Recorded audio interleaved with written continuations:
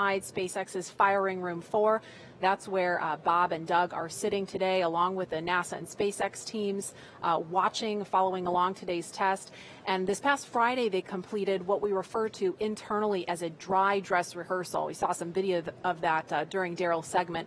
This is where the astronauts, along with the SpaceX and NASA teams, walk through those steps that they'll take before they get on board for Demo 2. We saw them suit up, and that is really exciting stuff, especially that was the first time we saw them suited up walking out of the astronaut suit-up room, and so really looking forward to doing that for Demo 2.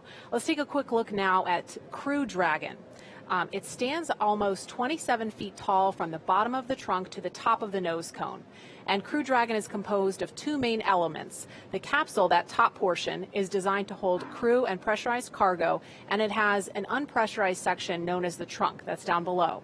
For today's test, much of the exciting work is going to be done by the Dragon's 8 Super Draco engines we talked about, built directly into the capsule.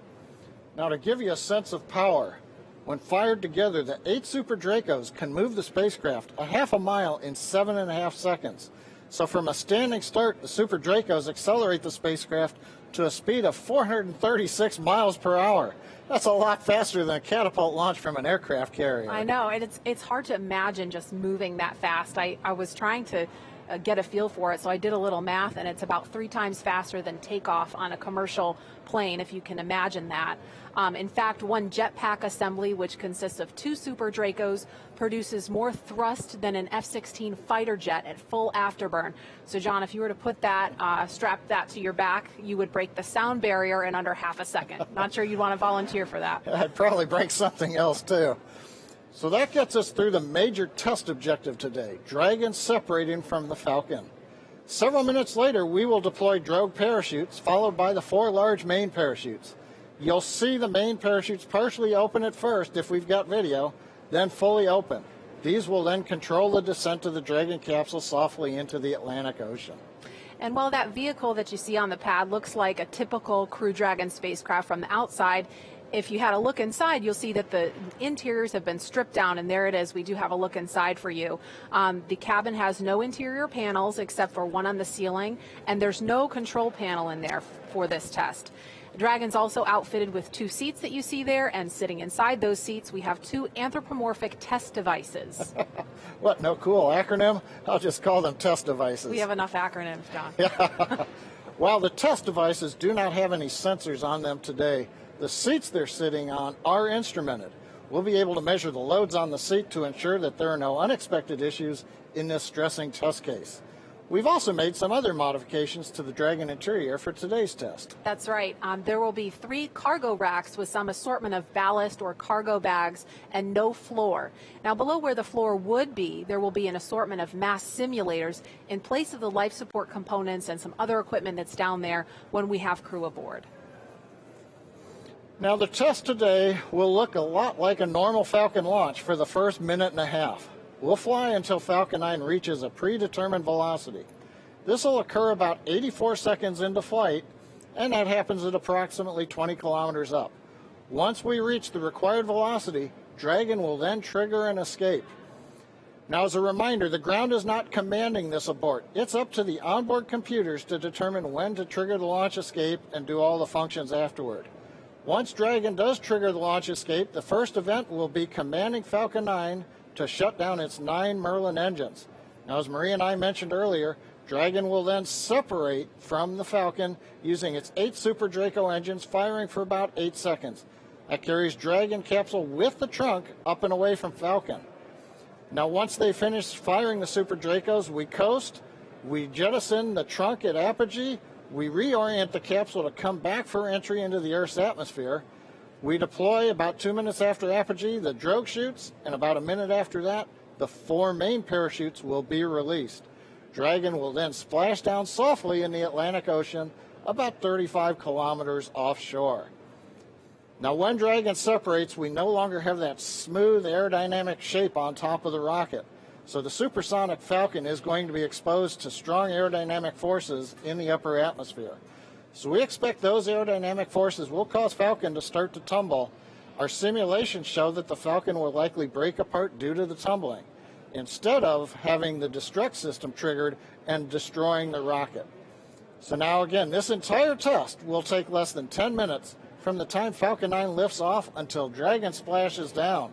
But Marie, once we splash down, the work's not over yet. Right, it's just beginning for the recovery team. We have a lot of things happening very rapidly in that first 10 minutes, and the recovery operation takes quite a bit longer. It'll be similar to the pad abort test, but it will happen slightly farther down range in the Atlantic Ocean. So after splashdown, recovery teams will already be standing by for range approval to enter and clear that hazardous area.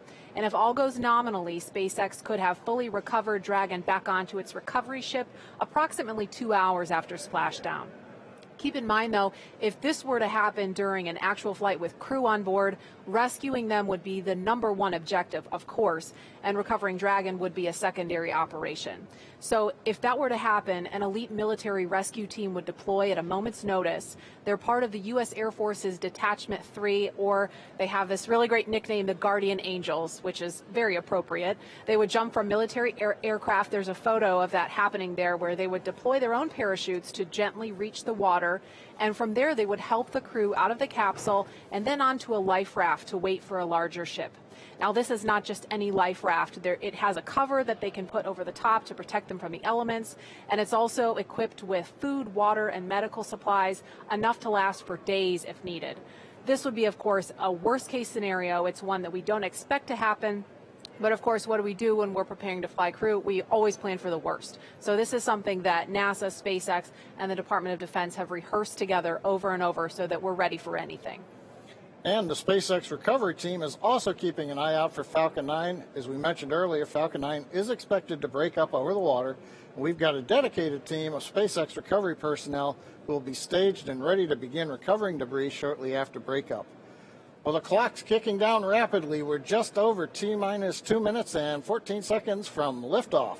You've seen the crew access arm. It's back. That was retracted away from Dragon at T-minus 42 minutes. A few minutes after that, Dragon launch escape system was armed just before we began loading propellant onto the Falcon 9. So if an unplanned situation arose right now, Dragon would perform an escape. Now, currently, the engines are chilled in for launch on the Falcon. The Dragon spacecraft is waiting for liftoff. We have retracted, and you can see in the video the strongback is moved away just about 2 degrees in readiness for liftoff. We have also finished loading liquid oxygen onto both the stages, so the Falcon 9 is just about ready. The large white cloud you see coming off of the side, we're venting down the pressure from the liquid oxygen supply lines in the strongback in preparation for launch. The last event you're going to hear, start up at 1 minute when the computers take over, and the launch director go at 30 seconds. And we're coming right up on that in about 15 seconds now. We'll be just a minute from liftoff. And Falcon 9 is, as you just heard, is moving into those final stages of the final countdown for the in-flight abort test today. So far, weather's looking okay. We're hoping it's going to continue to cooperate, and the range is green for launch. Now, if for some reason we scrub today, we will shift to our backup launch window, which is tomorrow at the same time. Again, this is just a test. We're fully expecting Falcon 9 to break up, so don't be alarmed if you see that happening live. And with that, let's listen in now. We're just 45 seconds from the final countdown.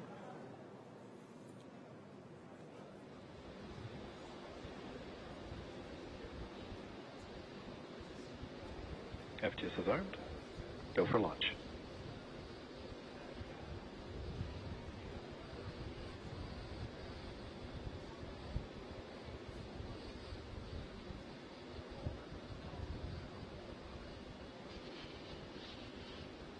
Minus 15 seconds. 10, 9, 8, 7, 6, 5, 4, 3, 2, 1, 0. Ignition, liftoff. Simplify, aim high. Go Falcon, go Dragon.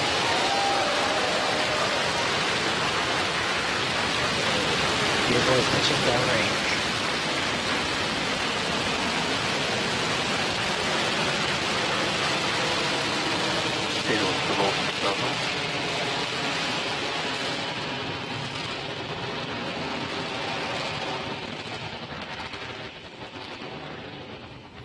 T-plus 30 seconds. Falcon 9 with the Crew Dragon capsule is heading east from pad 39A Everything looking good right now. As we get ready for max dynamic pressure, we Stage are now one, throttle throttling down the first stage engines on the Falcon Falcon power 9. and telemetry nominal. Everything continues to look good. We're approaching the period of maximum dynamic pressure. Vehicle is supersonic and passing through maximum dynamic pressure.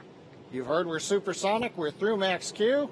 We're getting ready now to throttle the engines back up on the first stage. Stage one, throttle up. There's the call out. Okay, the major activity coming up in just over 10 seconds.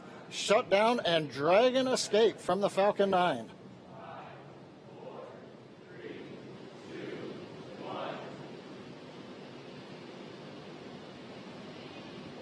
Miko. Dragon launch escape initiated. Dragon's away. And you can hear some really loud cheering in the room. Okay, you just saw a bright flash there. It looks like that may be Falcon 9 breaking up. We've got some loud cheers here in Hawthorne. The folks that just watched live the Dragon separate. The next milestone we have coming up at 2 minutes, 25 seconds, we're expecting to see the trunk jettison. So that claw that connects the trunk to the capsule is going to separate, allowing Dragon to separate from the trunk. That's coming up in 15 seconds. And we do have the report. Loss of telemetry from Falcon 9, first stage.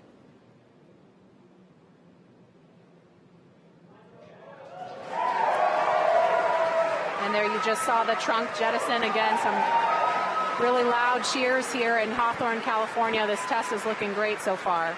Nice view from the back of the Dragon capsule. We're also trying to see if we get the view there on the right-hand side from the aircraft that's orbiting the area. Now, the Dragon control system is now going to be reorienting the capsule. We're at a high altitude where the aerodynamics are negligible. So we're going to use the small Draco thrusters on the Dragon capsule to reorient it. That gets it in a position with a heat shield down to re-enter the Earth's atmosphere, and then later to deploy the drogue parachutes. Now those drogue chutes, we expect to get confirmation that those have deployed at T plus 4 minutes and 48 seconds. So we've got just a little bit of breathing room before we hear that happen. Those parachutes are protected during ascent, on orbit, and re-entry by a panel that's up near the nose cone of the capsule. So we're going to jettison the panel, then the mortars will fire to deploy those 2 drogue chutes. Again, that's coming up in just over a minute at T plus 4 minutes and 48 seconds.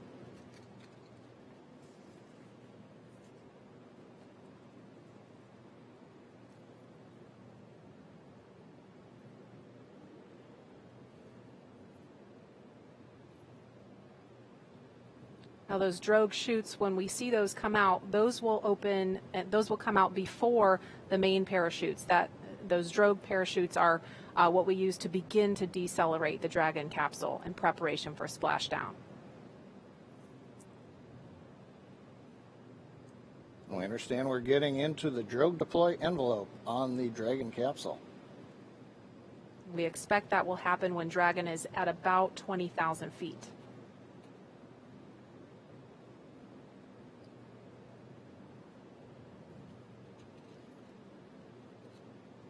About 15 seconds to drogue chute deploy.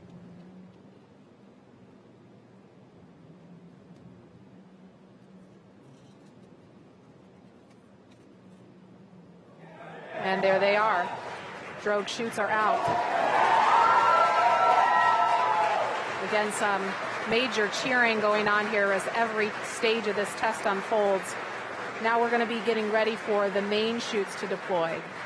Now, main chutes will be coming up fairly quickly. There are 4 main parachutes. These are the newest Mark III parachutes. They're each 116 feet in diameter.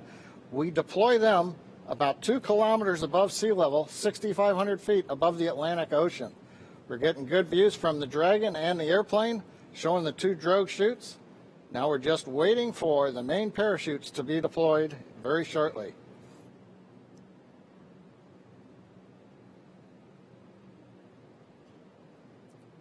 And we have the view from a different camera on Dragon showing the 4 main parachutes.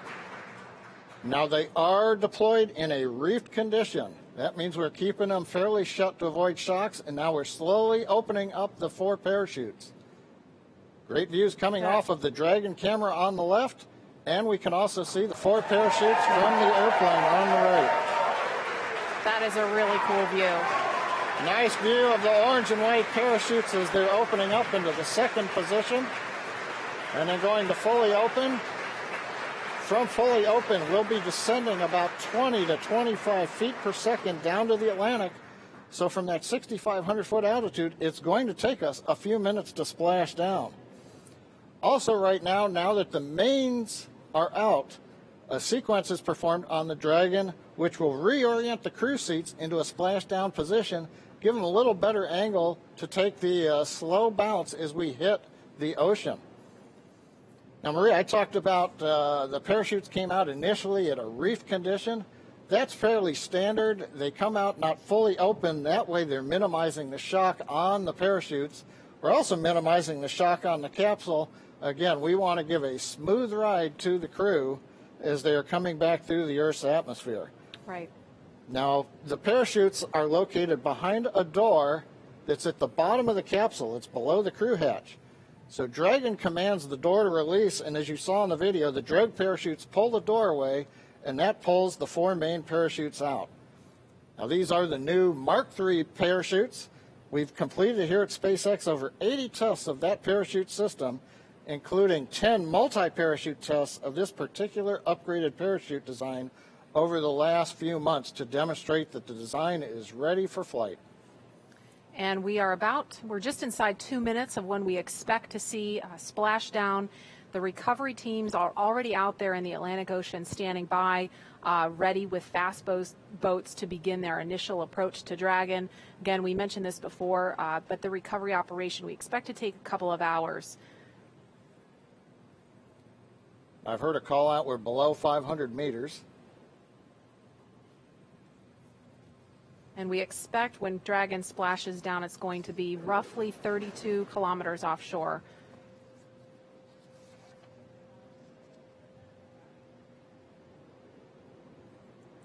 Again, we're looking at a live view. So far, all things have appeared to go nominal for this test. All things looking great so far. We saw the 4 main parachutes deploy. You're looking at them now, fully open. And we are coming up on about a minute until splashdown.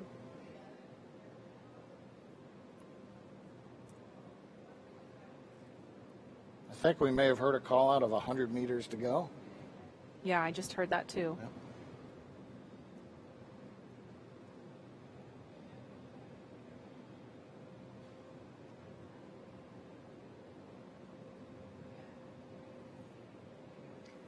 Now those 4 parachutes are actually going to be released from the capsule after splashdown, and they'll be recovered too.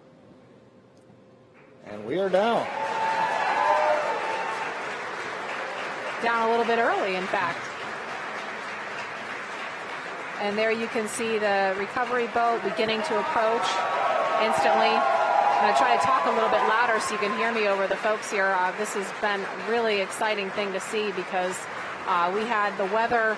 We weren't really sure if the weather was going to cooperate. We were trying to weigh, is it favorable for launch, but also is it favorable for recovery, because they really have to watch the height of those waves in order to do this operation. That fast boat is just off screen now, but there's 4 fast boats out there in the area to begin, again, that initial approach to Dragon.